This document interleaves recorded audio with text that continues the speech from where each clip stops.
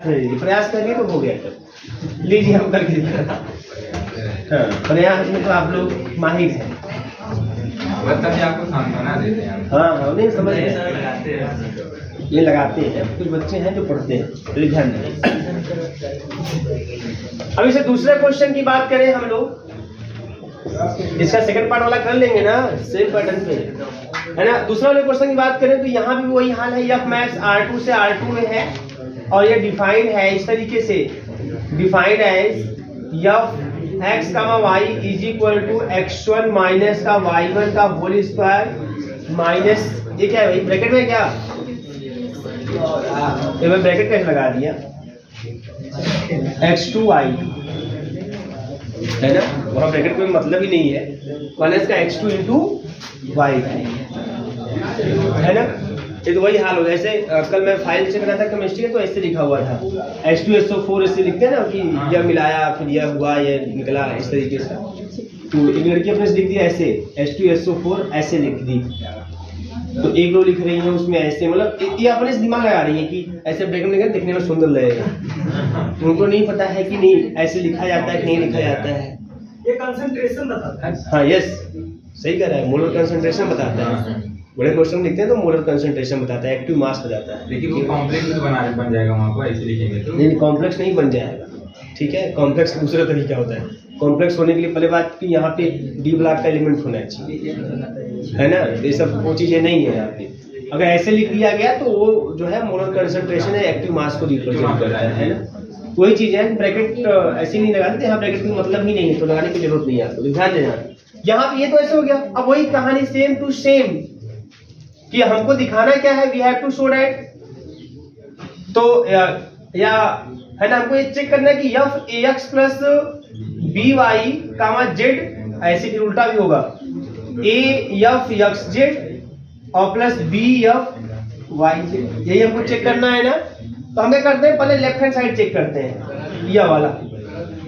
Now this F A x plus B Y comma Z, तो आपको पता है पिछले एक बताओ एफ ए एक्स प्लस बी वाई कितना आया था, A X one plus B Y one, और कामा फिर क्या आया था, ए एक्स टू प्लस, ये हो गया आपका A x plus B Y comma Z one comma Z two. थोड़ा इसके अकॉर्डिंग ये क्या हो जाएगा, कैसे काम कर रहा है ना, x1 माइनस y1 का होल ऑफ स्क्वायर, है ना। तो मतलब क्या जाएगा, ए x1 प्लस बी y1 और माइनस का z1 का होल ऑफ स्क्वायर, यही तो, माइनस का ए x2 प्लस बी y2 और इंटू z2, यह हो जाएगा। ये इतना काम करता है, ये लेफ्ट हैंड साइड है ना। नाउ अब हम बात करते हैं किसकी बात, ए एफ एक्स जेड और plus B F Y z की बात करते हैं। अगर बाइनरी को दोनों बराबर आएंगे, है ना, तो ए एफ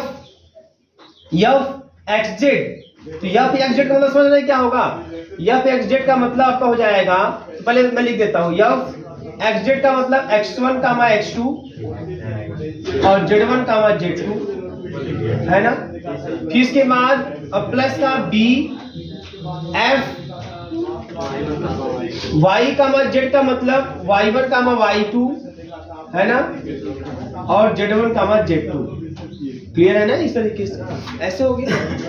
अब देखिए क्या होने वाला है, यहां से मिल जाएगा आपको a, अब यह को जब इस पर ऑपरेट करोगे तो x1, है ना, ये ना नियम आपका x1 minus y1, x1 minus z1 का होल स्क्वायर, और फिर उसके बाद और माइनस का x2 y2, है ना, a x2 z2, यही ना हो जाएगा।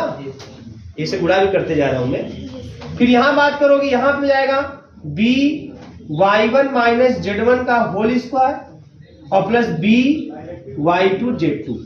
अब मुझे बताइए, क्या आपको लग रहा है कि दोनों रिजल्ट सेम आएंगे, है ना। नहीं सर, मैं इसको ओपन कर लो, ओपन कर लोगे तो a x1 का स्क्वायर, a x1 का स्क्वायर मिलेगा आपको, है ना।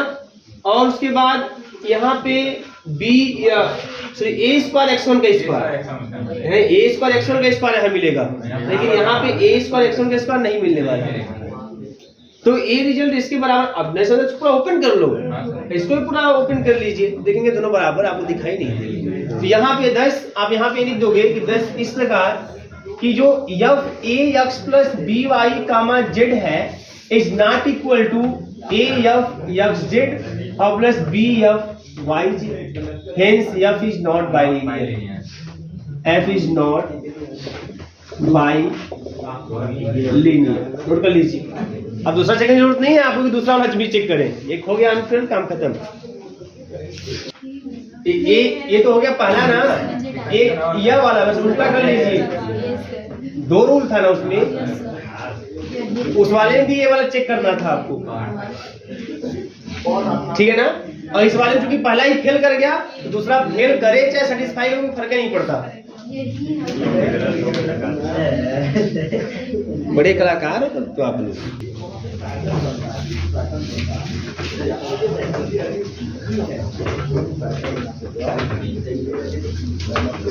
अब ये चीज ध्यान से समझने की कोशिश करिएगा आप लोग। हेडिंग करिए आप लोग। नेक्स्ट आपका हेडिंग है matrix of a bilinear form. Matrix of a bilinear form. Matrix of a bilinear form, ठीक है। देखिए इसमें let capital V be a finite dimensional vector space. Let capital V be a finite dimensional vector space. Capital V be a finite dimensional vector space over the field F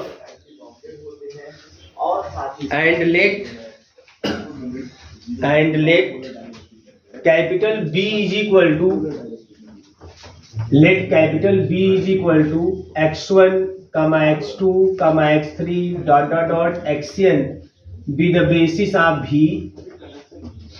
be the basis of V.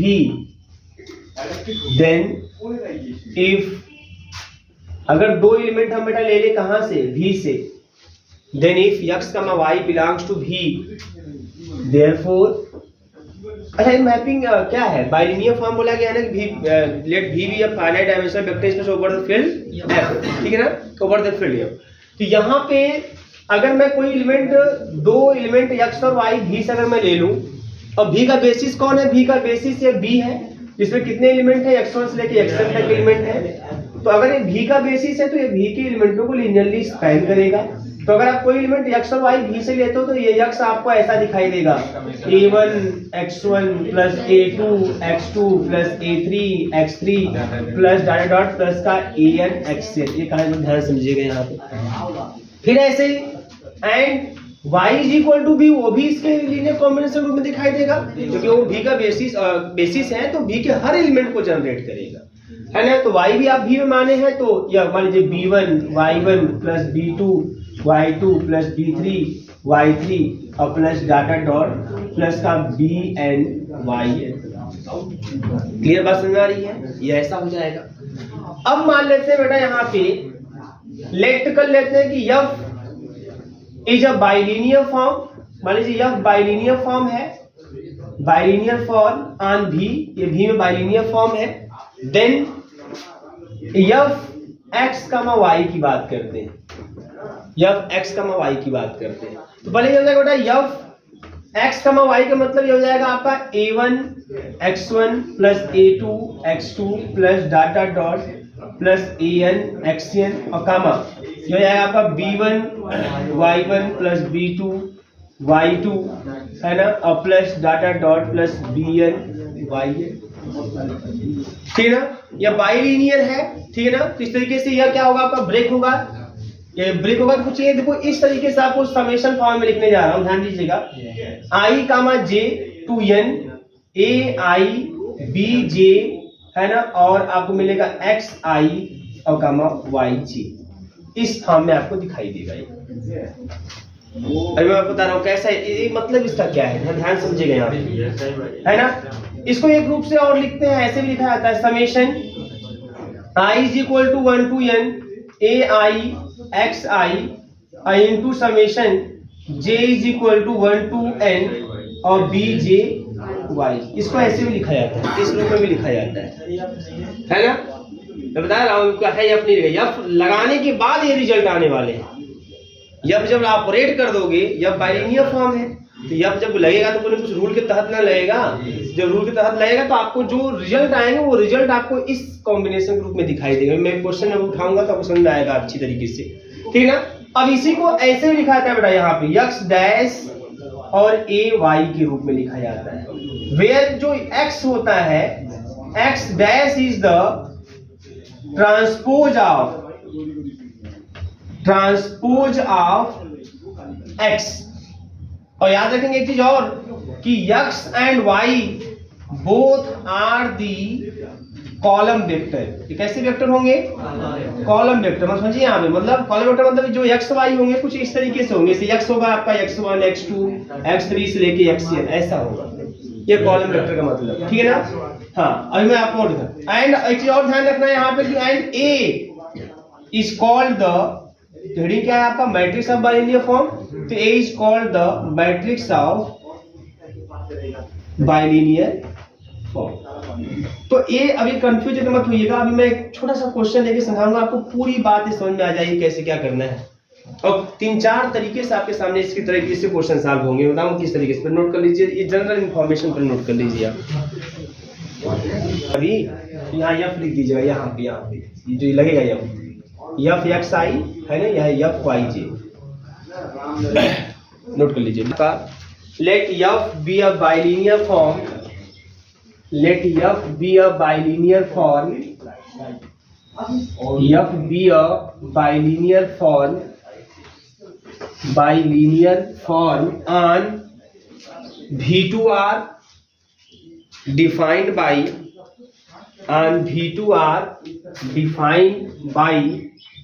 f x1 comma y1 comma x2 comma y2 is equal to x1 y1 plus x2 y2। ऐसे ही अब काम कर रहा है।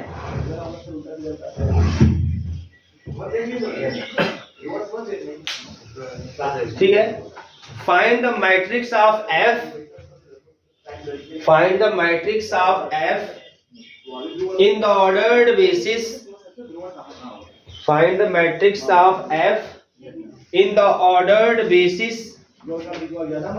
ordered basis, b is equal to 1 comma minus 1 1 comma 1 of V2R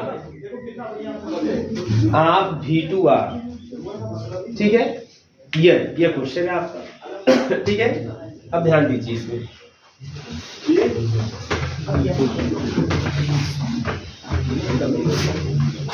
तो कभी कभी क्या होता है ना कि आपको ये बेसिस दिया होगा और कभी बोलता है बेसिस नहीं दिया होगा, तब भी आपको निकालने के लिए बोलता है। दोनों तरीके होते हैं, देख लीजिए आप पहले आसानी से।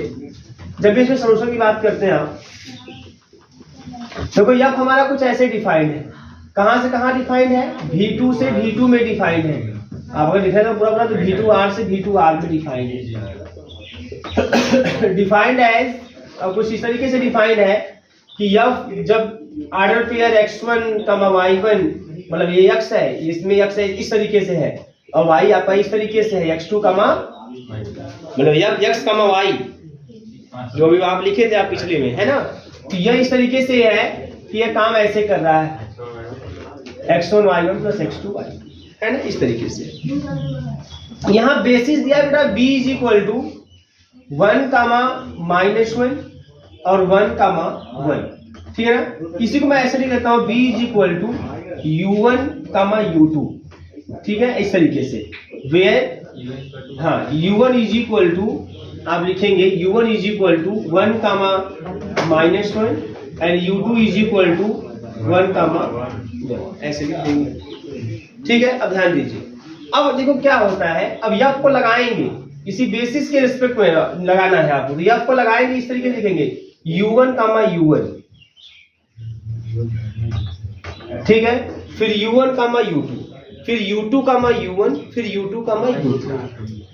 बस समझ में आ रही है? देखिए इसे। तो u1 comma u1 मतलब आपका हो जाएगा f, मतलब 1 comma minus 1 और comma 1 comma minus 1, ऐसे। और यही जो हमारा होगा इसी को हम बोलेंगे A11, तो एक पहला तरीका है जो है ना, जो पहले टाइप का क्वेश्चन है वो इस तरीके से आता है आपके सामने। अब यहाँ पे लगाइए, जैसा डिफाइंड है, यहाँ डिफाइंड है लगाइए, तो डिफाइंड उससे से लगाएंगे क्या मिलेगा आपको, तो x1 y1 plus x2 y2, तो x1 y1 मतलब 1 इंटू -1, यही है बेटा, और x2 y2 इसमें बोला है आपको, पहला वाला पेयर x1 y1, दूसरा वाला पेयर x2 y2, तो पहला वाला pair x1 y1 x2 y2 और 1 इंटू -1, यही ना, क्लियर है ना, कंफ्यूज मत होइएगा। वही देखिए वहाँ x1 x2 नहीं लिखा है, x1 y1 है ना, मतलब जो गुणा है पहले ही पेयर के दोनों गुणा, फिर दूसरे पेयर के दोनों गुणा आपस में है, तो पहले कोऑर्डिनेट का दूसरे में गुणा, फिर पहले का दूसरे में गुणा, 1 इंटू -1 प्लस 1 इंटू -1 माइनस का 2 हो जाएगा, क्लियर है। फिर ऐसे ही आप A12 का मतलब बेटा हो जाएगा U1, U2 ऐसे लिखा जाएगा।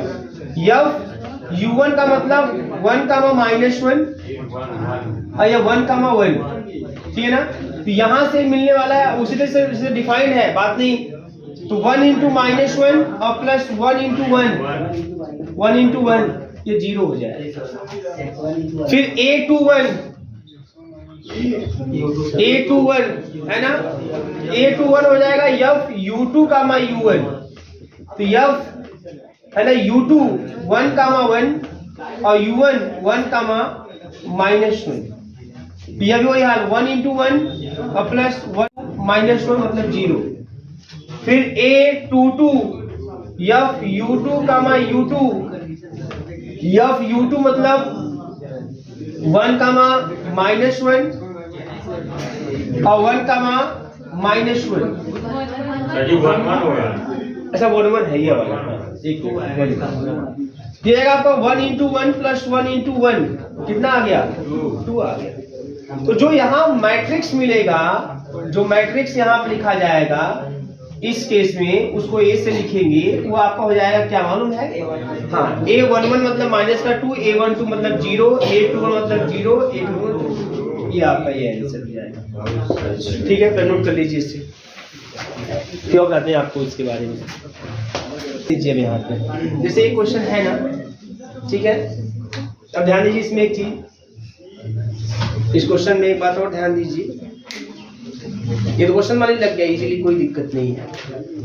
यहाँ पे जो यक्स है हमारा, वो एक्चुअल में लिखा गया है x1, y1 के रूप में, यही ना है, यक्स, y ऐसे काम करता है, और जो यहाँ पे y है वो लिखा गया है x2, y2 के रूप में, ऐसे लिखा गया है, ठीक है ना। अब ध्यान देना यहाँ पे एक बात और, कि ये जो x y कहाँ का एलिमेंट है, या V2 का एलिमेंट है, कहाँ का एलिमेंट है, ये V2 का एलिमेंट है, जो कि ऑर्डर पेयर के रूप में दिखाई दे रहा है। बेसिस कौन है, बेसिस है 1, -1 और 1, 1, यह बेसिस है। बस में जो आपको मैं जनरल अभी इन्फॉर्मेशन आपको लिखवाया था, मैं उसकी बात कर रहा हूँ, उसको मैं इससे कनेक्ट करने की कोशिश कर रहा हूँ, एक्चुअल वो क्या था, ठीक है ना। ये सब लिख तो दिया गया है कि एक्चुअल वो है क्या, वो कैसे कनेक्ट हो रहा है, देखिए ध्यान से। तो ये हमारा x y हो गया, जो V2 का एलिमेंट है, हमें बेसिस के भी एलिमेंट पता हो गए, उसमें x1 से लेके xn तक कहा है ना, और इसमें जो हमारे पास बेसिस के एलिमेंट है, वो मान लीजिए यह बेसिस के एलिमेंट है 1, -1 और 1, 1।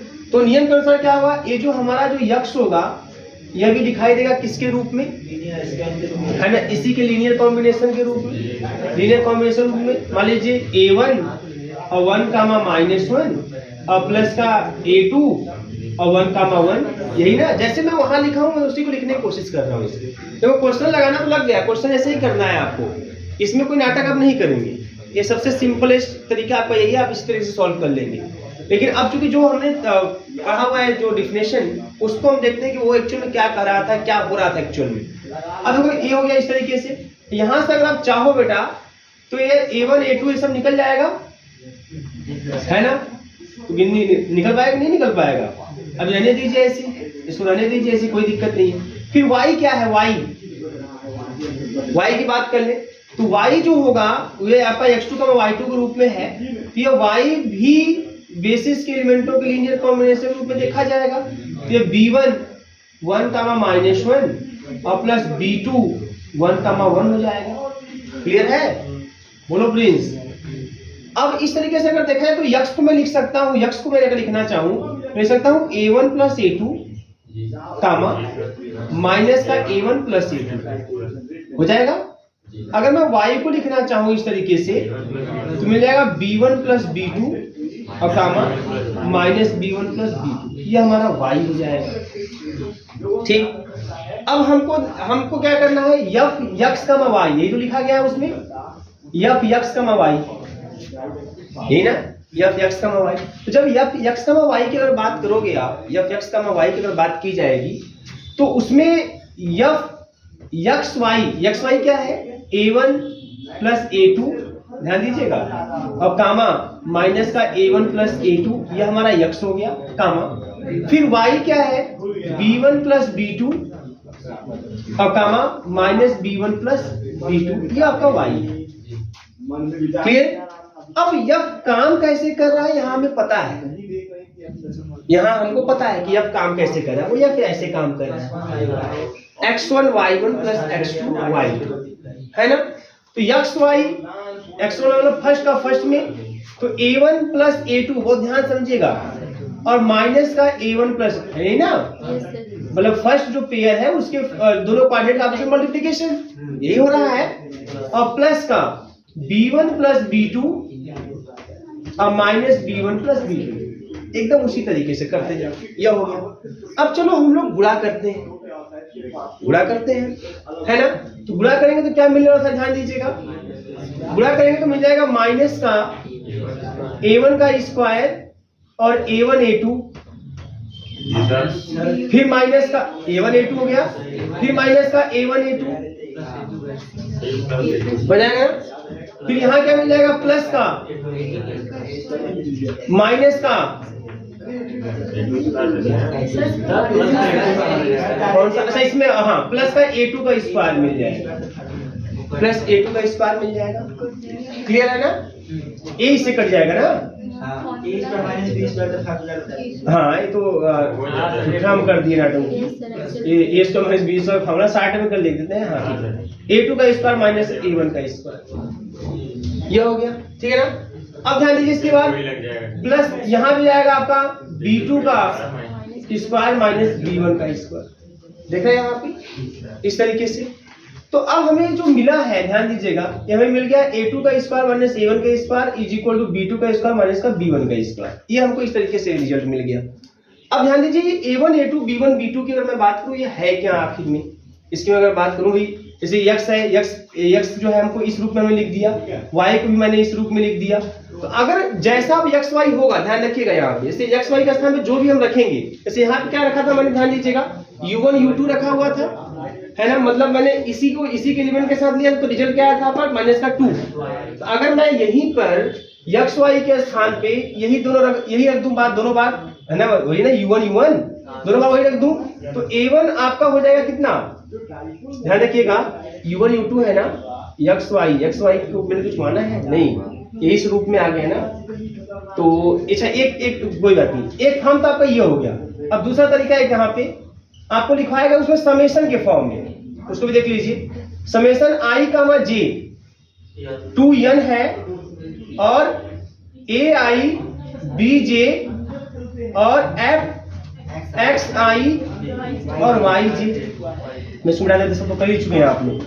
अब इसको देखिए, इस रिजल्ट को देखिए, ये बस इसके बराबर आ जाएगा, काम खत्म हो जाएगा, है ना, तभी नहीं इसके बराबर लिख पाएंगे हम। अब इसका मतलब क्या है, इसका मतलब अब यहाँ पे आई जे कहां से कहां तक है, 2 तक है, 2 एलिमेंट है ना, 2 ही एलिमेंट है हमारे पास जो हम ले रहे हैं यहाँ पे, 2 ही एक्स वाई खाली ले रहे हैं, x1 y1, 2 ही तो आई और जे आपका 2 तक रन करेगा। अब 2 तक रन समझते हैं कैसे रन कराना है, आपको एक को रोक के दूसरे को रन कराना है, फिर दूसरे को फिर से, मतलब ऐसे पहली बार क्या करेंगे, a1 और a मतलब i इक्वल टू 1 और j को रन कराएंगे 1 फिर 2, बात समझ आ रही है। तो a1 और फिर b1, a1 b1 हो जाएगा x1 y1, ये हो गया पहली बार, प्लस फिर a1 ऐसे रहने देंगे और j को रन कराने b2 और x1 y2 हो जाएगा, प्लस इसके बाद बेटा प्लस a2 अब i को 2 फिक्स करेंगे और फिर j को रन कराएंगे, a2b1 और f x2 y1 है ना, फिर plus a2b2 f x2 y2, यह हो गया। अच्छा अब था ध्यान दो, आगे कहानी था समझने की कोशिश करिए क्या है यहाँ पे। अब मान रखते हैं सबका हम, ठीक है। अब ध्यान दीजिए यहाँ पे कैसे है, तो ये जो रिजल्ट है अब कैसे काम कर रहा है, x1 y1 x2 y। अच्छा अब x1 y1 है क्या, तो इसको मैं ऐसे ऐसे देखो a1 b1 f x1 y1 है ना। अब x1 y1 क्या माना आपने, x माना हुआ है, आपने एक्शन माना हुआ है। तो जब f x1 y1 पे काम करेगा तो क्या रिजल्ट मिलेगा, बोलिएगा, रिजल्ट मिलेगा आपको x1 y1 पे जब लगेगा तो कैसे डिफाइंड है इसमें, नहीं ये तो दोनों पेयर पे डिफाइंड है ना। आपको रिजल्ट तो ऐसे देंगे, वो रिजल्ट आपके आने चाहिए। तो अगर मैं f x1 y1 पे लगाऊंगा तो पेयर के रूप में तो डिफाइंड नहीं है। हाँ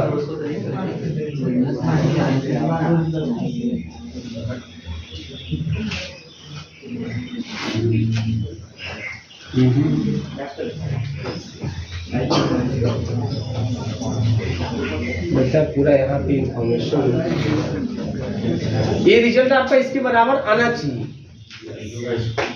तो हमको f x1 का y1 का मान निकालना है, मैपिंग v2 से v2 में डिफाइंड है, आर्डर पेयर के रूप में, वो आर्डर पेयर के रूप में होना चाहिए, ऐसे डिफाइंड है। a1 b1 a1 b2 a2 b1 a2 b2। अच्छा एक मिनट, एक क्वेश्चन लिखिए तो, लिखिए क्वेश्चन लिखिए तो, इस पर पूरा सेट नहीं हो पा रहा, लिखिए तो लेट x बराबर, एक क्वेश्चन लिखिए, लेट x बराबर, ये पूरी तरह से मैपिंग डिफाइंड नहीं है। लेट x बराबर x1 x2 x3, x1 x2 x3, ये x बराबर है, y बराबर y1 y2 y3 and fxy, और यह ऐसे काम कर रहा है, x1 y1 plus 2x1 y2 2x1 y2 plus का 5x1 y3 माइनस का 2x2 y1 प्लस का x2 y3 माइनस का 6x3 y2 प्लस का 6x3 y3। ठीक है इसको सेट करते हैं। डिटरमाइन द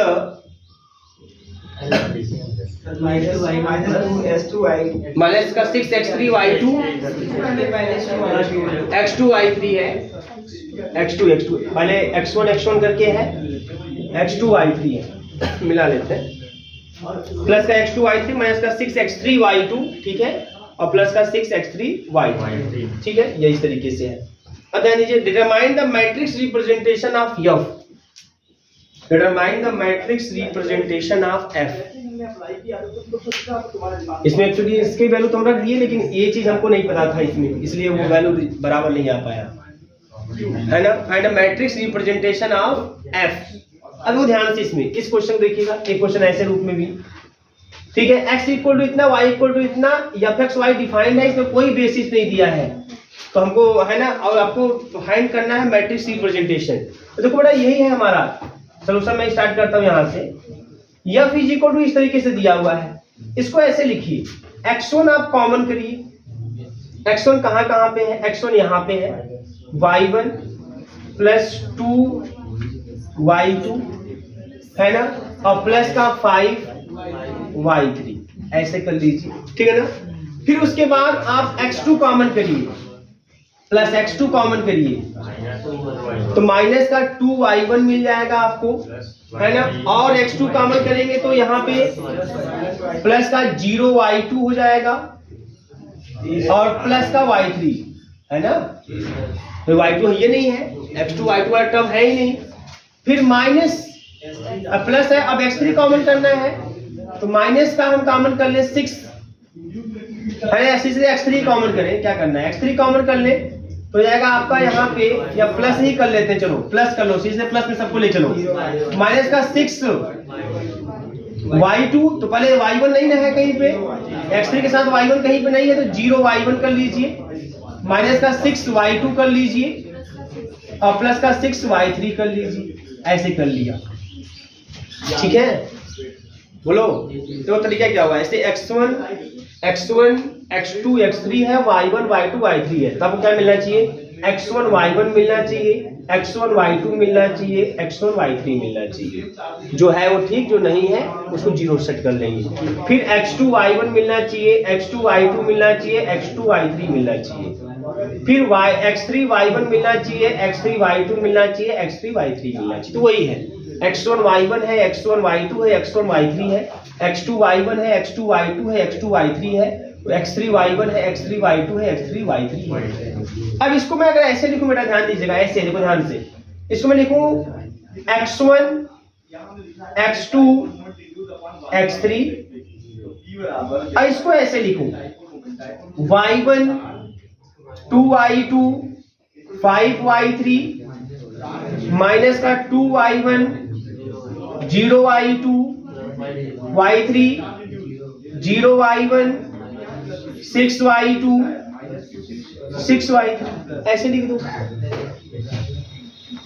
अब अगर आप देखो, इसको गुणा करके देखो, रो बाई कॉलम ही गुणा करते हैं ना, एक ही रो है, फर्स्ट रो को फर्स्ट कॉलम में गुणा करोगे तो क्या आएगा, x1 y1 हो गया, फिर x2 का गुणा माइनस 2y1 में, ये ना आएगा, क्या मिल जाएगा, देख लीजिए पूरा वही आया कि नहीं आएगा, x1 का y1 में आ गया, ठीक है आ जाएगा, प्लस x2 का गुणा माइनस का 2y1 x2 में, तो ये भी मिल जाएगा, माइनस का 2y1 x2 मिल जाएगा, फिर x3 का इसमें करेंगे, x3 इंटू 0y1, ये भी मिल जाएगा, फिर फर्स्ट रो का सेकंड कॉलम में जब करेंगे तो x1 2y2 मिल जाएगा, सब प्लस प्लस करते हुए मिलेगा, जब सब गुणा करोगे आप तो सब प्लस करने पे यही मिलेगा, कॉमन कर लोगे पूरा यही मिलने वाला है। अब इसको फिर एक रूप में मैं लिखूं, अगर इस तरीके से अगर मैं लिखूं, है ना, ऐसे देखो, ये x1 x2 x3, अब इसको मैं ऐसे लिख दूं 1 2 5 -2 0 1 और 0 -6 और 6, और इसको मैं ऐसे कर दूं y1 y2, एक कॉलम में कर दी। अब देखो वही कहानी आएगी, इसको छोड़ो, इसको रो बाई कॉलम करो, फर्स्ट रो फर्स्ट कॉलम में, तो y1 plus 2y2 plus 5y3, बात समझ में आ रही है, और फिर इसका गुणा इसमें करोगे, फिर इसका गुणा जो आएगा उसका इसमें गुणा कर दोगे, सब वही आने वाला है, बात समझ में आ रही है। ये मालूम क्या है, अब ये हमारा x डैश है, a क्या है हमारा, a है, और ये क्या है हमारा y है, x बराबर तब क्या है, x बराबर होगा x1 column vector, column vector, इसी का ट्रांसपोज है यहाँ पे, इसी का ट्रांसपोज है, a क्या हो जाएगा हमारा 1 2 5 -2 0 1 0 -6 है 6 हो जाएगा, और यहाँ पे y1 सॉरी ये नहीं, y बराबर जो कॉलम वेक्टर है ये y1 y2 y। एक चीज और ध्यान दीजिएगा, इसमें लिखना बड़ा आसान है, जैसे कि आपको इस क्वेश्चन को देख के तुरंत मैट्रिक्स रिप्रेजेंटेशन बताना है, तो आप क्या करिएगा मालूम है, आप पहले मैट्रिक्स ऐसे 3x3 का ही बनेगा, क्योंकि हमारे पास x1 x2 x3 है, y1 y2 y3 है, 3x3 का मैट्रिक्स बनेगा। तो पहले आप देखेंगे x1 y1 कहाँ है, तो x1 y1 आपका है ना यहाँ पे है, तो जिसमें x1 y1 का कोएफिशिएंट किस रूप में लिखा है, 1 के रूप में लिखा जाएगा। x1 y2 कहाँ है 2, x1 y3 कहाँ है, ये यहाँ है, तो 1 2 5 लिख दीजिए, डायरेक्ट तुरंत लिख देंगे आप, कोई दिक्कत नहीं। फिर x2 y1 कहाँ है, यहाँ है, तो माइनस का 2 लिख देंगे। x2 y2 कहाँ है, नहीं है तो 0 लिख देंगे। x2 y3 कहाँ है, यहाँ पे है तो 1 लिख देंगे। फिर x3 y1 कहाँ है, इसमें नहीं है तो 0 लिख देंगे। x3 y2 कहाँ है यहाँ पे माइनस का 6 लिख देंगे। x3 y2 तो यहाँ 6 लिख देंगे, काम खत्म। तो इस तरीके से इसका मैट्रिक्स रिप्रेजेंटेशन करते हैं, ठीक है ना। वो पिछले वाले में पूरे डिफाइन नहीं था, इसलिए वो खाली इसी क्वेश्चन पे बेस्ड था। कौन सा था, यही क्वेश्चन था ना, उसी में बेस्ड था, इसलिए वो पूरा नहीं हो पाया, क्योंकि ये रिजल्ट बराबर आने चाहिए, आ जाना चाहिए, लेकिन एक चीज यहाँ डिफाइंड नहीं है। इसलिए नहीं हो पाया वहाँ, इसको कर लीजिए आप। करिए और क्वेश्चन करवाते हैं, घबराइए। क्वाड्रेटिक फॉर्म, क्वाड्रेटिक फॉर्म नहीं अभी इसी में जोड़ेंगे दोनों, घबराओ मत। क्वाड्रेटिक फॉर्म हम टॉपिक वाइज नहीं है ना, इस तरीके से आसानी से चीजें आप तक पहुंचे वो ध्यान देना जैसे।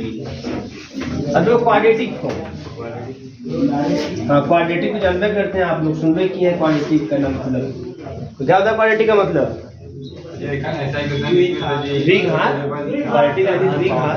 है ना, क्वाड्रेटिक फॉर्म। तो लिख लीजिए इसमें बस एक line, let VF be a vector space, let VF be a vector space, VF be a vector space, a mapping Q maps V to F, a mapping Q maps V to F, a mapping Q maps V to F is called, a mapping Q maps V to F is called quadratic form, is called quadratic form if Qx is equal to F x comma x for some bilinear form f on v, for some bilinear form f on v। मतलब समझिए, बहुत simple. Quadratic form bilinear form में अगर देखा जाए तो कोई अंतर नहीं है, बस एक थोड़ा सा अंतर है आपको, है ना, जो मामूली सा अंतर। क्वाड्रेटिक फॉर्म में से f x कमा y बोलते हैं आप, है ना। अब यही x कमा y सेम हो जाए, यही f x है ना, f x कमा x कर देंगे तो वही आपका बाइलिनियर फॉर्म क्वाड्रेटिक फॉर्म बन जाएगा। बात समझ में आ रही है? अगर x y अलग अलग है तो आपका बाइलिनियर फॉर्म, जैसे x y सेम हो गए तो क्वाड्रेटिक। तो यही होता है, जैसे qx is equal to f x comma x, same to same, है ना। बात समझ में आ रही है? तो क्वाड्रेटिक फॉर्म बाइलिनियर फॉर्म में कोई विशेष अंतर नहीं। क्वाड्रेटिक फॉर्म का सबसे बाइलिनियर फॉर्म का एक स्पेशल केस है ना, क्योंकि हम बाइलिनियर फॉर्म में हम लोग डिफरेंट x कमा y की बात करते हैं, यहाँ पे हम x कमा x की बात करेंगे। बात समझ में आ रही है? तो इसका मतलब कि जो आप बाइलिनियर करेंगे वो पढ़ेंगे वही क्वाड्रेटिक में होगा, बस क्वाड्रेटिक में सेम एलिमेंट होंगे, और बाइलिनियर फॉर्म में आपके सेम भी हो सकते हैं, डिफरेंट भी हो सकते हैं। सेम जैसे होंगे आपका क्वाड्रेटिक बन जाएगा। ठीक है, जैसे क्वेश्चन लिखिएगा, इसमें मैं सिमेट्रिक वाला मैटर भी सॉल्व कर देता हूँ। सिमेट्रिक देखो, अब किसी भी बाइलिनियर फॉर्म या क्वाड्रेटिक फॉर्म को सिमेट्रिक कब कहेंगे? जब उसका मैट्रिक्स रिप्रेजेंटेशन से जो प्राप्त मैट्रिक्स हो सिमेट्रिक मैट्रिक्स है। और किसी भी बाइलिनियर या क्वाड्रेटिक फॉर्म को, बाइलिनियर क्वाड्रेटिक दोनों बातें साथ ही साथ कर रहा हूं मैं, उसको हम स्क्यू सिमेट्रिक कब कहेंगे? जब जो हमें मैट्रिक्स रिप्रेजेंटेशन मिले, वो जो मैट्रिक्स प्राप्त हो वो स्क्यू सिमेट्रिक हो। अब कोई मैट्रिक्स सिमेट्रिक कब होता है? जब उसका ट्रांसपोज उसी के बराबर आता है। कोई मैट्रिक्स स्क्यू सिमेट्रिक कब होता है? जब उसका ट्रांसपोज उसी के बराबर है, बस नेगेटिव साइन है, तो उसके स्क्यू सिमेट्रिक है। जैसे क्वेश्चन लिखिए, तुरंत एक क्वेश्चन लिखिएगा, find the symmetric matrix, find the symmetric matrix that corresponds to the, find the symmetric matrix that corresponds to the following form, that corresponds to the following form, qx y z is equal to 3x square plus का 4xy minus का y square plus का 8xz minus का 6yz plus का z square. ये देखो, 3x square plus का 4xy minus का y square plus का 8xz माइनस का 6yz प्लस का z स्क्वायर। इसमें हमें क्या फाइंड करना है? मैट्रिक्स। ठीक है, क्या क्वेश्चन लिखे ना, फाइंड द, क्या लिखे हैं क्वेश्चन? Symmetric matrix. समझ रहे हैं? इसका मतलब कि ये जो आपका फॉर्म है, क्वाड्रेटिक फॉर्म है, ये कैसा है आपका? यह सिमेट्रिक क्वाड्रेटिक फॉर्म है। ये बाइलिनियर फॉर्म भी है, हर क्वाड्रेटिक फॉर्म बाइलिनियर फॉर्म भी होता है। बात समझ में आ रही है? क्वाड्रेटिक फॉर्म बाइलिनियर फॉर्म का एक स्पेशल केस है। वहां पे हम f x कमा y बोलते हैं, यहाँ पे f x कमा x बोलते हैं, समझ नहीं बात? तो वहां क्या करते हैं हम लोग? x1 लेते हैं, जैसे x मान लीजिए x1 x2 x3 है, y y1 y2 y3, तो हम क्या बोलते हैं? x1 y1 x1 y2 x1 y3, और फिर बोलते हैं y1 x1 सॉरी x2 का x2 y1 x2 y2 x2 y3, फिर x3 लेते हैं x3 y1 x3 y2 x3 y3। यहाँ पे क्या होगा, यहाँ पे x1 x2 x3 और फिर x1 x2 x3 होगा। तो ऐसे केस में क्या होगा, x1 का x1 के साथ मतलब x1 का square plus x1 x2 plus x1 x3, फिर प्लस का x2 x1 प्लस का x2 का स्क्वायर प्लस का x2 y3 sorry x2 x3 plus x2 x3 और फिर x3 वाला लेंगे तो प्लस का x3 x1 प्लस का x3 x2 और प्लस का x3 x3 मतलब x3 का स्क्वायर। तो ये जो कैसे है बड़ा बहुत सिंपल। देखो यहाँ पे पहले आप लिखेंगे 3x इंटू x स्क्वायर, फिर लिखेंगे 3x इंटू y, कहाँ पे है, यहाँ x इंटू y है ना। तो यहाँ कैसा, यहाँ ऐसा है x, y, z, फिर x, y, z। यहाँ कैसा है x, y, z, फिर x, y, z। तो जब x, y, z है, बहुत ही सिंपल, कुछ नहीं है, बस ध्यान समझिएगा आप लोग। तो आप x को बारी बारी से इसके साथ इसके साथ इसके साथ, तो x का इसके साथ x स्क्वायर प्लस का xy प्लस का xz, फिर y का इसके साथ yx प्लस का y स्क्वायर प्लस का yz, फिर z का इसके साथ zx प्लस का zy प्लस का z स्क्वायर। आप देख रहे हैं जो स्क्वायर वाले क्वाड्रेटिक वाले टर्म है वो x square y square z square ऐसे, और जितने भी x y वाले टर्म है x y तो y x भी है, x z तो y z भी है ना, y z तो z y भी है ना। तो x y कहाँ है बेटा, यहाँ पे x y है, इसको दो पार्ट में बांटिएगा, दो पार्ट में, इसको लिखिएगा 2xy। जब भी ऐसा x वाला टर्म है दो पार्ट में बांट दीजिएगा, 2xy और प्लस का 2xy, ठीक है ना।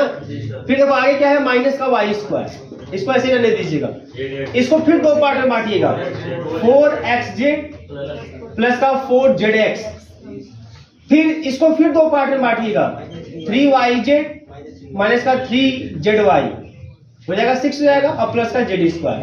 फिर से इसको अरेंज करिए, 3x इंटू x प्लस का 2x इंटू y और प्लस 4x इंटू z हो गया, x into x, x into y, x into z। फिर इसको y वाला स्टार्ट कीजिए, है ना, yx वाला, पहले इसको 2yx लिखिए, 2y इंटू x, फिर से माइनस का y into y, y square और फिर yz माइनस का 3yz, फिर z वाला zx, zy, zz। तो zx कहाँ पे है भैया, यहाँ पे 4 प्लस का 4zx है ना। फिर उसके बाद 4zx हो गया, उसके बाद क्या लिखेंगे बेटा, यहाँ पे माइनस पहले 3zy और प्लस z इंटू z, ये हो गया इस तरीके से। अब इसको अब चाहो तो पूरा पूरा ऐसे लिखो, x y z है ना, और 3 2 4 2 माइनस 1 है ना, x x y x z, y x y y y z, z x z y z z, 2 minus 1 minus 3 4 minus 3 और 1 और ये x y z गुणा कर लीजिए, वही आने वाला। तो जो मैट्रिक्स हो गया A बराबर, वो हमको ये मिल गया 3 2 4 और 2 माइनस 1 माइनस 3 4 माइनस 3 1, ये मैट्रिक्स मिल गया, ये हमारा आंसर है। अब देखो ये मैट्रिक्स कैसा है, डायगोनल से कोई मतलब नहीं, जो A12 पे है वही A21 पे है, जो A13 पे है वही A31 पे है, जो A23 पे है वही A32 पे है। इसका मतलब मैट्रिक्स कैसा है, सिमेट्रिक मैट्रिक्स हो गया। इसका मतलब ये जो आपको क्वाड्रेटिक फॉर्म दिया था कैसा फॉर्म है, symmetric quadratic form, symmetric matrix है, ठीक है, यही है, ठीक है ना। कुछ है नहीं भैया कि क्वाड्रेटिक फॉर्म के लिए, बाइलिनियर फॉर्म के लिए an expression of the form, an expression of the form summation I is equal to 1 to n summation j is equal to 1 to n aij xi yj, ठीक है ना, is called quadratic form। ऐसा भी लिखा हुआ आपको मिल सकता है। इसका मतलब क्या है समझते हैं, इसका मतलब क्या है, जैसे मान लीजिए अगर i इज इक्वल टू 1 2 3 ही रन करें तो i इज इक्वल टू 1 2 3 और i इज इक्वल टू 1 2 3 और a i j और x i y j run कराओ। कैसे रन कराएंगे? एक को फिक्स दूसरे को रन। तो एक को फिक्स जब करोगे बेटा क्या मिलेगा? a1 1 x1 y1 फिर a1 2 x1 y2 plus a13 x1 y3 फिर a21 x2 y1 plus a22 x2 y2 plus a23 x3 y2 है ना, सॉरी x2 y3 ठीक है ना। फिर आगे है प्लस का a31 x3 y1 plus a32 x3 y2 plus a33 x3 y3। यही है। क्या कोई दिक्कत है क्या इसमें? नहीं, कुछ नहीं करना है भाई। i को फिक्स करिए, i इक्वल टू 1 करिए और j को रन करा दीजिए 1 2 3। फिर i इक्वल टू 2 फिक्स करिए, j को रन करा दीजिए 1 2 3। i इक्वल टू 3 फिक्स कीजिए, j को रन करा दीजिए 1 2 3। तो यही तो है यार, ये मैं यही काम किया हूँ, एक्चुअली मैंने यही काम किया हुआ है, ठीक है ना। अब देखो यहाँ पे x1 y2 भी है तो निशान x2 y1 भी है, x1 y3 है, x1 y3 है तो x3 y1 भी है, ठीक है। फिर उसके बाद x2 y3 है तो x3 y2 भी है। इसीलिए जो भी टर्म आपको सेम वाला xy या yx वाला दिख जाएगा है ना, जो भी टर्म आपको दिख जाएगा उसको हाफ हाफ कर लेंगे क्योंकि वो 2 बार आने वाले हैं, इसलिए वहां पे हाफ हाफ किया गया है। तो आपको डिफिनेशन ग्रुप में ऐसे भी लिखा हो कहीं दिख जाएगा कि कोई एक्सप्रेशन इस फॉर्म का जो होता है वो क्या होता है? Quadratic form. तो क्वाड्रेटिक फॉर्म तो कोई इसी तरीके से आता है, जो मैपिंग डिफाइंड है जिस तरीके से डिफाइंड है ना बाइलिनियर वाला। तो भाई क्वाड्रेटिक बाइलिनियर कोई अंतर तो है नहीं। तो ये चीज आपको लिखा गया है ना जिस तरीके से, तो ये फॉर्म आपके सामने होना चाहिए। तो ये भी पता होना चाहिए आपको कि ये इस फॉर्म का जो भी एक्सप्रेशन दिख जाएगा उससे आप क्या बोल दोगे? क्वाड्रेटिक फॉर्म, वही आपका बाइलिनियर फॉर्म है ना। तो ये फॉर्म भी आपके दिमाग में होना चाहिए, ठीक है, कोई दिक्कत नहीं है इसमें। अब ध्यान दीजिए, अब हमारा जो एक टॉपिक है, ठीक है, उसे तो मेरे हिसाब से क्वेश्चन आप लोगों में नहीं आना चाहिए, बट मान लीजिए आता है तो क्या करेंगे आप, है ना? आएगा तो क्या करेंगे बताइए? छोड़ देंगे? आपको याद करेंगे। हाँ चलिए हेडिंग कर लीजिए आप, index and signature of the quadratic form. Index and signature of the quadratic form, index and signature of the quadratic form, ठीक है। रुक जाइए एक बार।